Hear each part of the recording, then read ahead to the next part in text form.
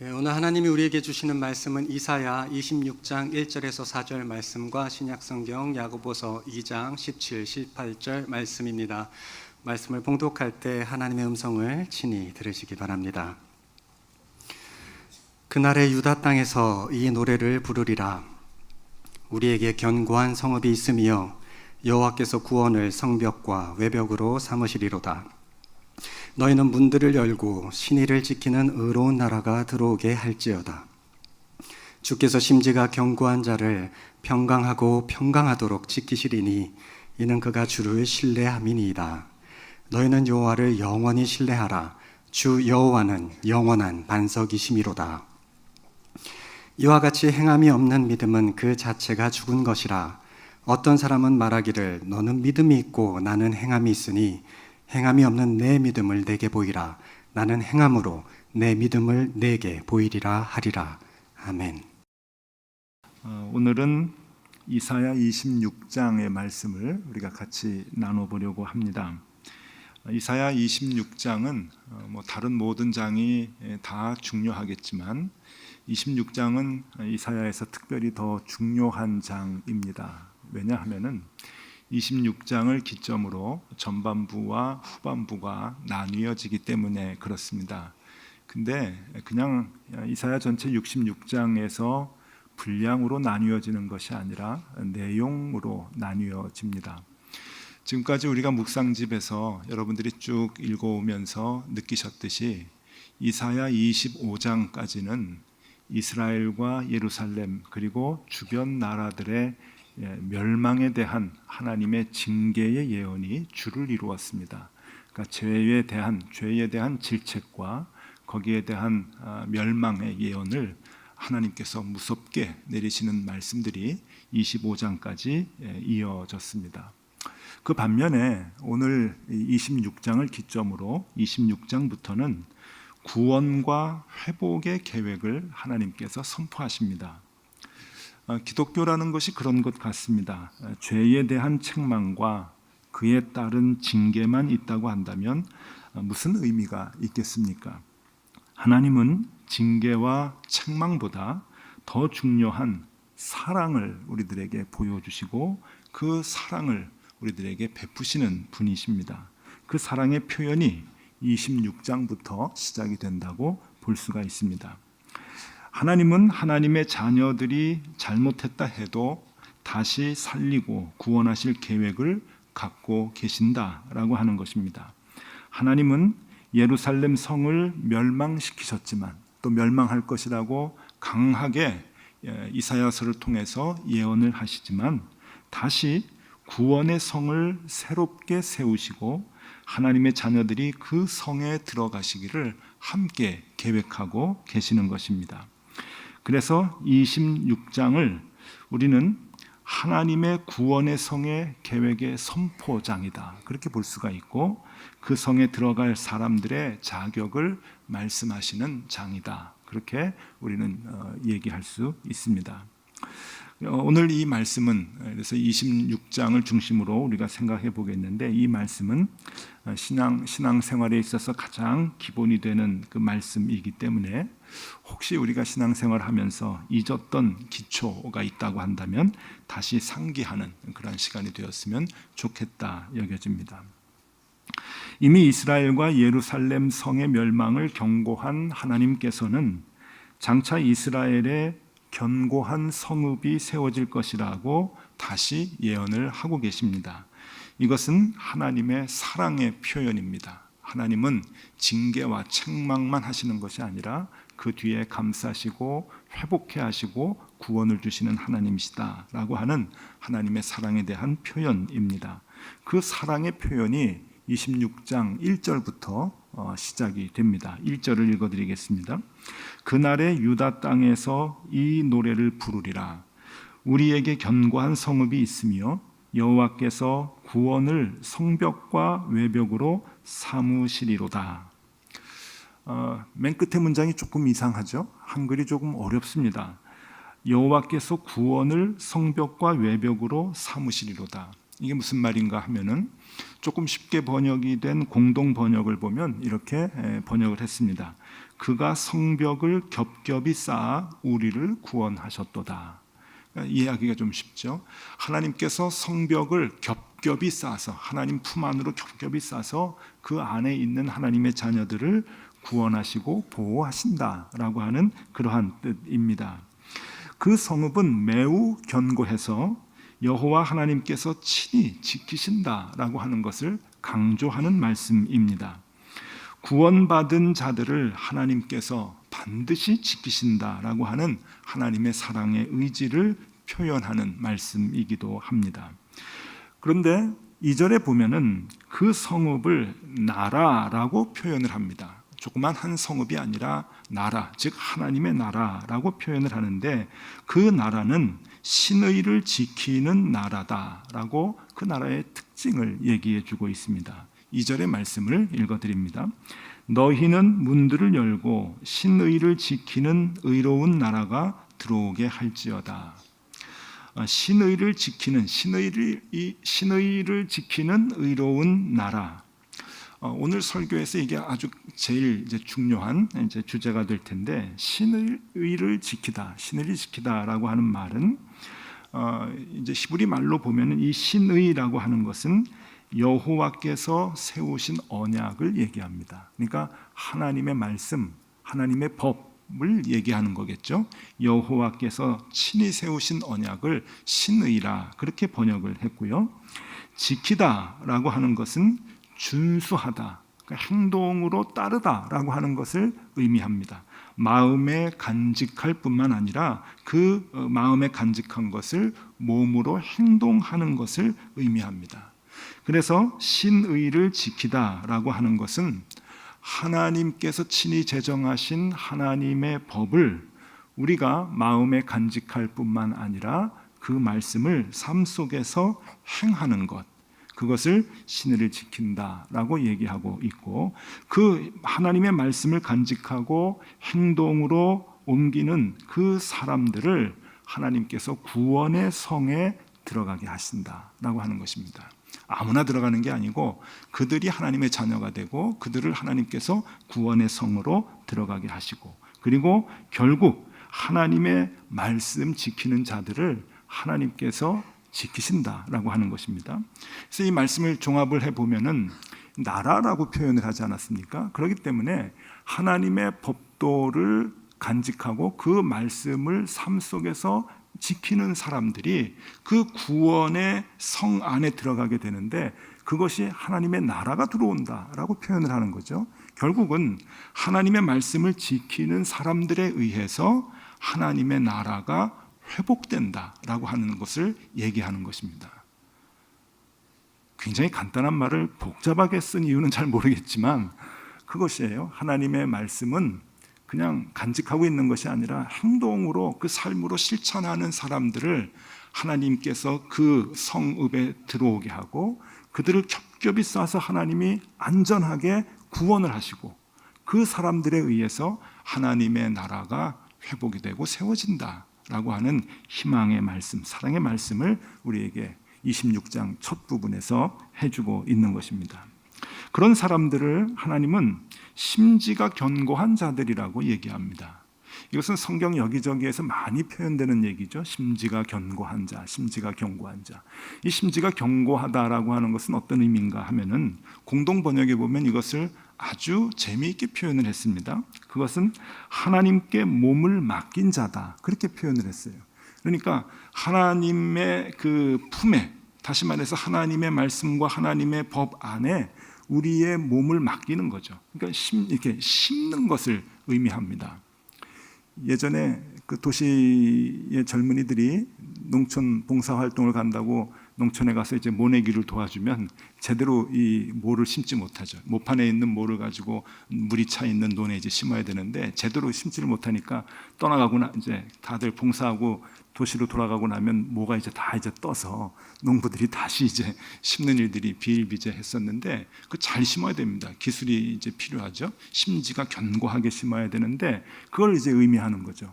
우리의 삶을 하나님의 말씀에 심는 겁니다. 그리고 흔들리지 않게, 물이 요동이 친다고 이 모가 떨어지는 그렇게 심는 것이 아니라 흔들리지 않도록 견고하게 심는 것을 심지가 견고한 자들이다라고 얘기를 하는데, 그런 자들을 하나님께서 평강으로 지키시겠다, 평강을 주시겠다 얘기합니다. 3절과 4절을 읽어드립니다. 주께서 심지가 견고한 자를 평강하고 평강하도록 지키시리니. 여기도 표현이 조금 이상하죠. 평강하고 평강하도록. 그러니까 하나님의 평강을 그들에게 준다는 얘기입니다. 하나님께서 하나님이 얼마나 평안의 삶을 사시겠습니까? 근데 그 평강의 마음을 우리들에게 주시겠다고 하는 거죠. 그 평강하고 평강하도록 지키시리니 이는 그가 주를 신뢰함이니이다. 너희는 여호와를 영원히 신뢰하라. 주 여호와는 영원한 반석이심이로다. 그러면서 하나님께서 그들을 지키시고 구원의 성 안에 들이시는 것뿐만 아니라 그들을 통해서 하나님의 나라가 다시금 세워지게 되고 그들에게는 하나님의 평강이 주어지게 된다라고 하는 겁니다. 그래서 예수를 잘 믿으면 여러분 마음에 평강이 있게 됩니다. 어떠한 일이 있어도, 힘든 일, 어려운 일이 있어도, 고난과 역경이 있어도 하나님께서 주시는 평강이 임한다라고 하는 것이죠. 정말 그렇습니다. 자, 요약을 해보면은 세상 모든 것이 다 멸망하지만, 아수르도 멸망하고 바벨론도 멸망하고 이스라엘과 예루살렘까지도 다 멸망하지만 하나님의 말씀을 그대로 지키는 자들은 하나님께서 멸망시키지 아니하시고 구원의 성에 들어가게 하신다. 그리고 그들을 겹겹이 쌓아서 견고하게 보호해 주신다라고 말씀을 하십니다. 여러분 생각해 보세요. 다 이 세상의 그 큰 힘들, 아수르, 바벨론, 블레셋, 모압, 암몬, 그리고 예루살렘과 이스라엘까지 다 멸망을 하면은 살아남는 사람들이 좋겠습니까? 무섭고 두렵겠죠. 그런 마음이 있을 거예요. 환경이 그러니까.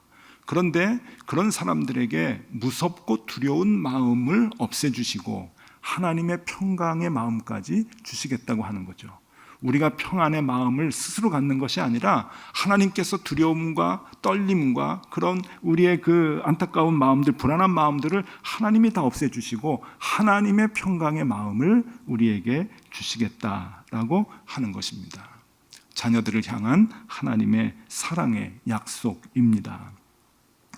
그러면 우리가 이 말씀을 보면서 의문이 하나 생깁니다. 무엇인가 하면은 구원이라고 하는 것은 믿음에서 나는 것이 아닌가. 로마서를 보면은 믿음으로 구원에 이른다라고 했습니다. 그래서 하나님을 믿으면 그냥 구원을 받는다. 우리가 그렇게 생각을 하는데 성경에 보면은 하나님의 말씀을 행하라고 얘기를 합니다. 여러분, 구원은 믿음에서 나는 것이 맞습니다. 그러나 그 믿음은 행위로 나타나야 한다고 하는 것이죠.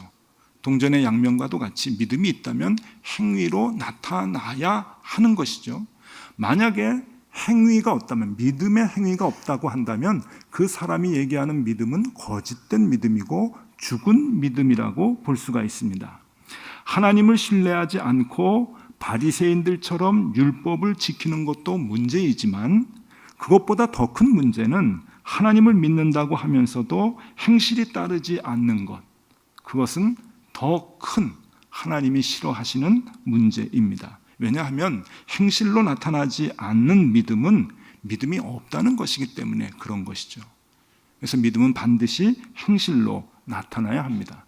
행위로 구원을 얻는다라고 하는 것은 아니지만 믿음이 있다고 한다면 그 믿음은 반드시 우리의 삶 속에서 나타나야 한다 하는 것이죠. 그래서 신약의 야고보 사도는 그 믿음의 행함이 분명하게 나타나야 한다고 강조합니다. 야고보서 2장 17절, 18절의 말씀을 제가 읽어드립니다. 이와 같이 행함이 없는 믿음은 그 자체가 죽은 것이라. 어떤 사람은 말하기를 너는 믿음이 있고 나는 행함이 있으니 행함이 없는 내 믿음을 내게 보이라. 나는 행함으로 내 믿음을 내게 보이리라 하리라. 이 야고보 사도는 예수님의 동생으로 이제 얘기를 하는데 참 지혜로웠던 것 같아요. 그 옛날에도 초대교회 시대에도 믿음으로 구원을 얻는다. 믿음만 있으면 된다. 마음으로 믿으면 된다라고 강조했던 많은 사람들에게 아니다. 믿음과 행위는 함께 있어야 된다라고 하면서 이 말씀을 하는 것을 보면 굉장히 지혜로웠던 것 같아요. 너 믿음이 있다고? 그러면은 너는 믿음을 보여줘봐. 행함이 없는데 믿음을 보여줘봐. 나는 내 믿음의 행동을 너한테 보여줄게. 행위로 나의 믿음을 보여줄게 라고 하는 이 말이죠. 꼼짝 못하게 하는 그러한 그 말씀이라 여겨집니다. 자, 믿음은 행함이 있어야 되고 그 하나님의 말씀을 행하는 사람들을 하나님께서 구원의 성읍에 들이시고 그들의 삶을 통해서 나타나는 믿음의 행위를 통해서 하나님의 나라가 시작이 되고 회복이 되고 또 그들에게는 하나님께서 하나님의 평강의 마음을 주신다라고 하는 것이 오늘 이사야 26장을 통해서 얘기하는 모든 말씀의 주된 내용입니다. 지난 2주간 이제 휴가를 이제 지냈죠. 우리 부흥 어게인 끝나고 이제 늦은 휴가를 이제 갔다 왔는데 제가 좀 나이가 들어서 그런지 죄송합니다. 나이 연세 드시는 분들이 많이 계시는데 근데 예전에 비해서 이제 나이를 하나씩 먹어가면서 이제 높은 뜻 정의교회 하나보다는 한국 교회가 자꾸만 이렇게 점차 이렇게 더 크게 보이고 거기에 대한 책임성이 점차 이렇게 많이 느껴집니다.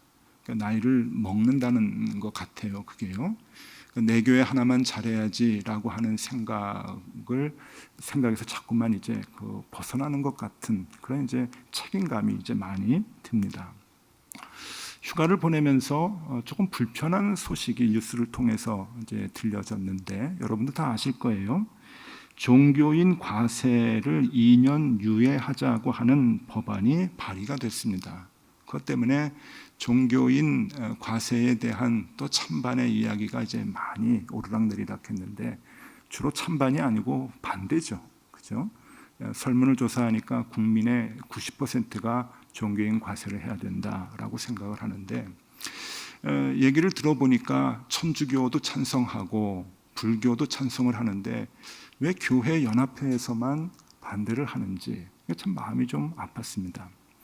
이 시점에서 여러분 우리 교회가 종교인 과세에 대해서 좋다 나쁘다 얘기하는 것은 부적절하다고 생각을 합니다. 왜냐하면 우리는 이미 높은 뜻 교회를 시작을 하면서부터 근로소득세를 자진해서 냈기 때문에 그렇죠.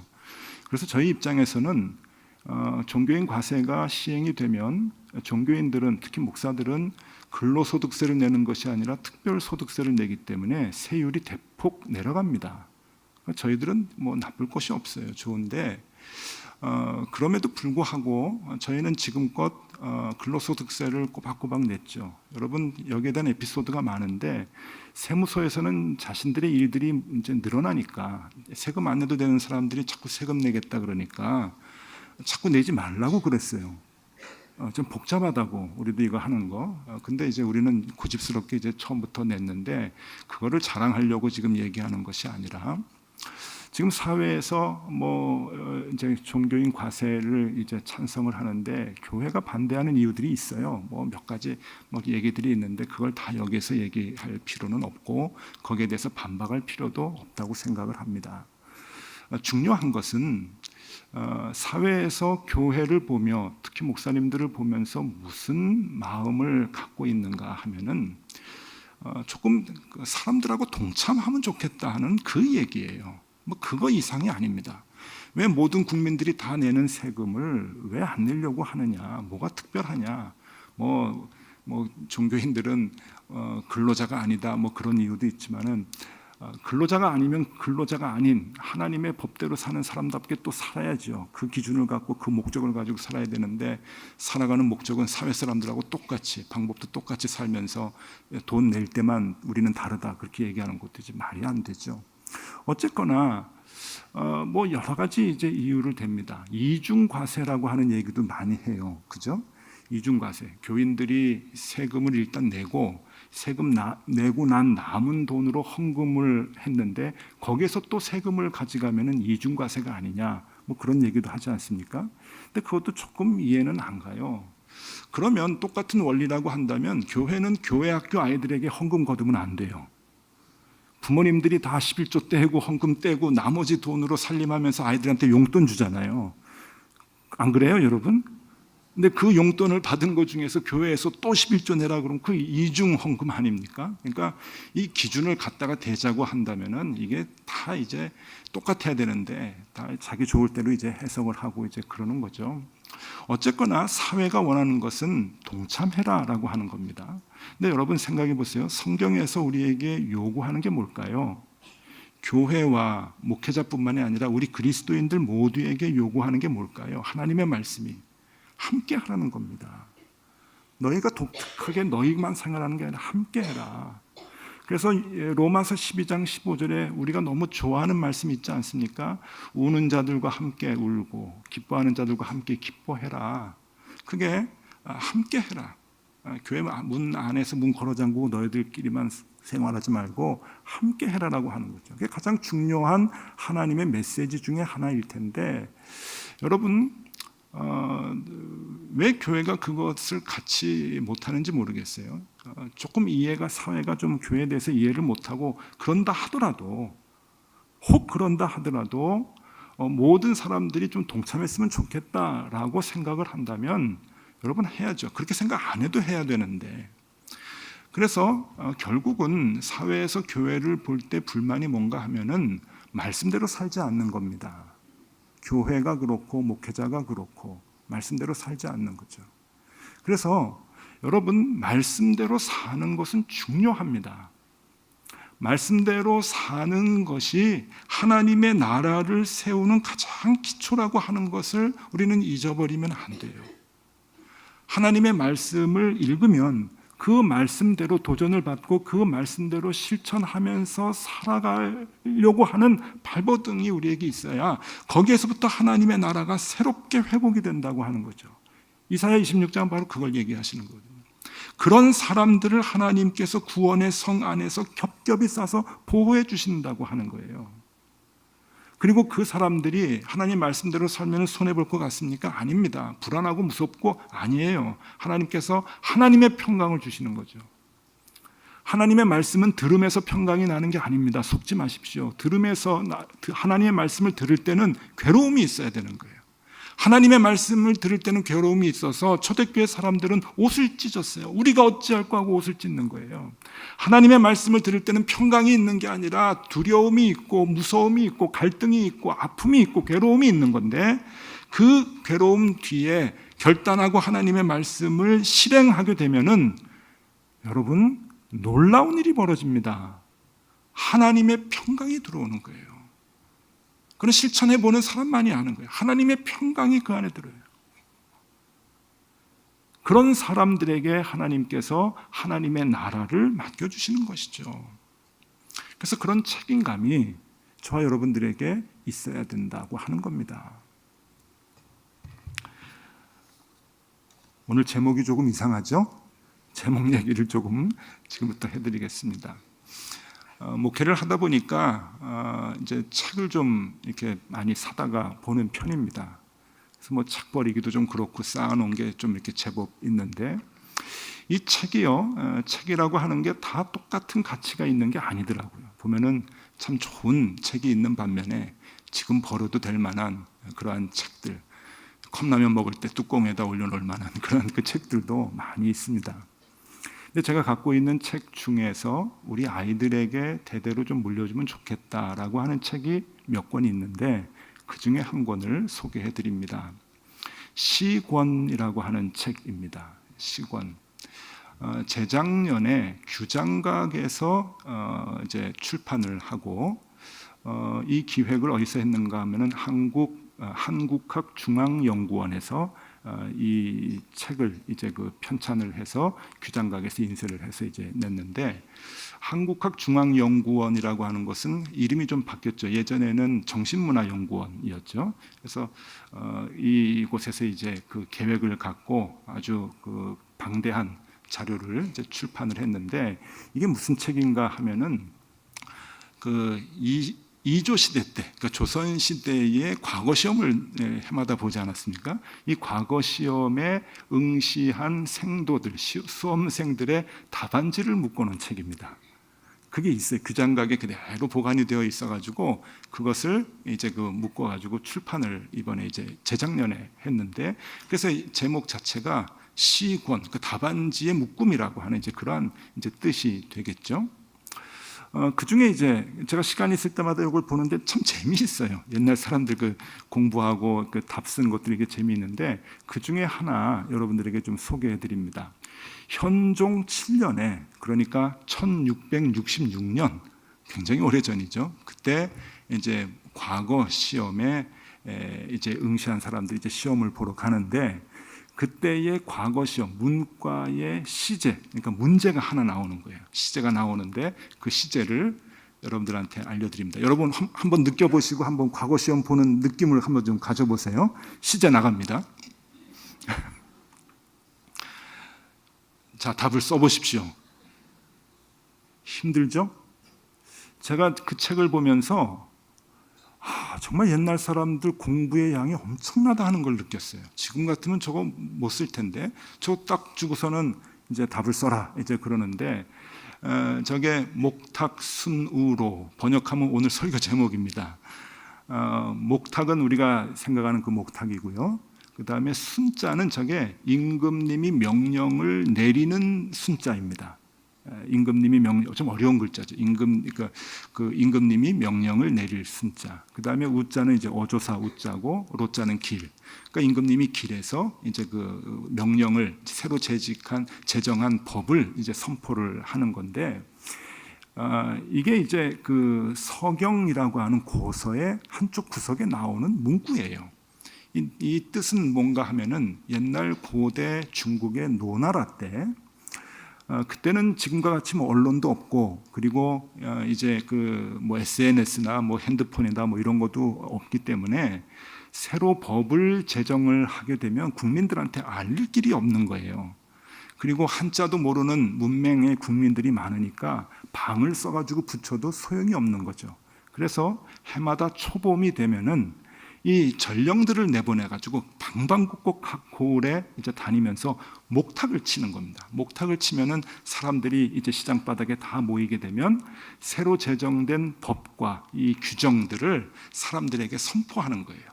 우리 임금님이 이런 법을 만들었다. 그래가지고 이제 선포를 하면은 그걸 듣고 이제 새로운 법에 대해서 이제 따르는 것이죠. 그걸 이제 목탁순으로라 이제 그렇게 얘기하는데, 이거를 이제 주면서 이제 답을 써라 그러는 거죠.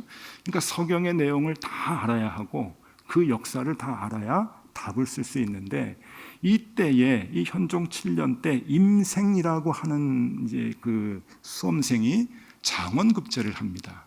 그의 답안지가 이제 나오는데 참 기가 막혀요. 길게 썼는데 그 답안지 중에 이제 일부를 여러분들에게 좀 읽어드릴게요. 괜찮죠? 예, 읽어드릴게요. 목탁은 쇠와 나무로 만든 물건일 뿐이라서 임금님이 명령을 내리고 가르치는데 아무런 관계가 없는 것 같지만, 그 소리가 사람의 귀에 들어가면 게으른 사람은 분발하게 되고, 쓰러진 사람은 스스로 일어나게 하고, 태어난 사람은 겁을 먹게 하고, 느긋한 사람은 경계심을 갖게 합니다.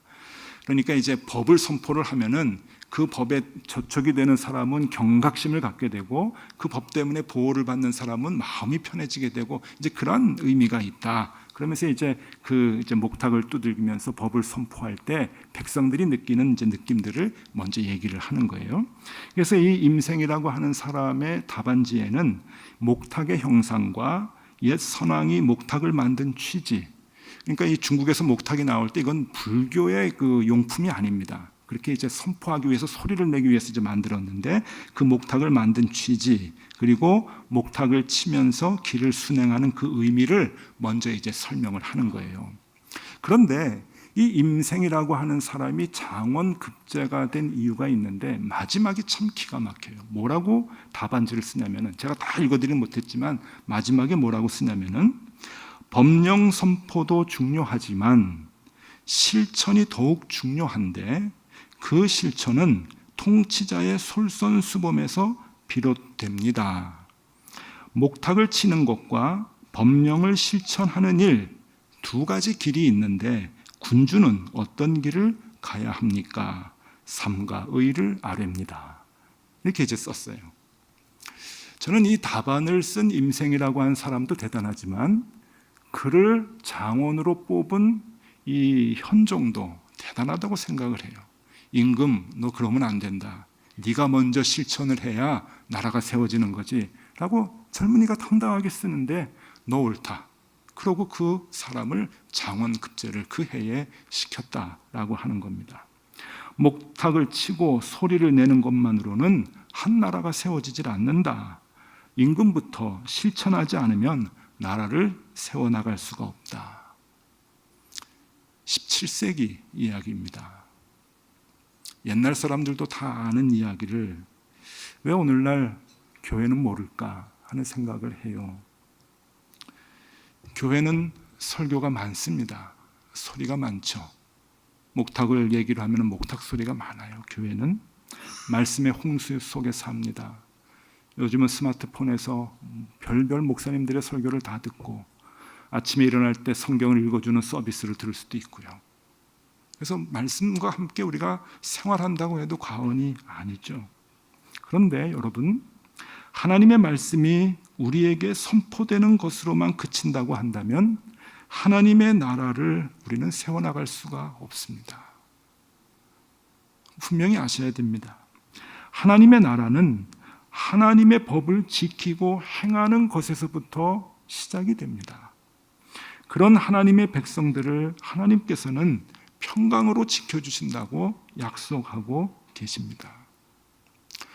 흔히 이런 문제가 있으면 목사와 교회에게만 책임을 묻는 분들이 많이 계시는데 여러분, 그 범위에서 우리는 조금 벗어나야 됩니다.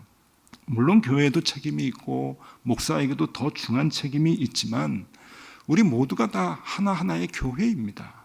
우리 모두가 다 각자의 자리에서 하나님의 말씀에 대한 도전과 그 말씀을 실천하고자 하는 용기를 갖고 그 말씀을 실천함으로 인해서 하나님이 주시는 평강을 얻을 수 있어야 하는 것이죠. 목사만의 얘기입니까? 교회만의 이야기입니까? 목사가 잘못했다고 교회가 잘못했다고 우리가 손가락질할 수가 있습니까? 우리들의 이야기거든요. 우리들의 삶의 자리에서 각자 생활하는 그 분야에서 하나님의 말씀을 실천하고자 하는 애를 써야 되는 거죠. 저는 목회에서 교회 분야에서 그 일에 애를 쓰려고 합니다. 잘은 안 되지만 합니다.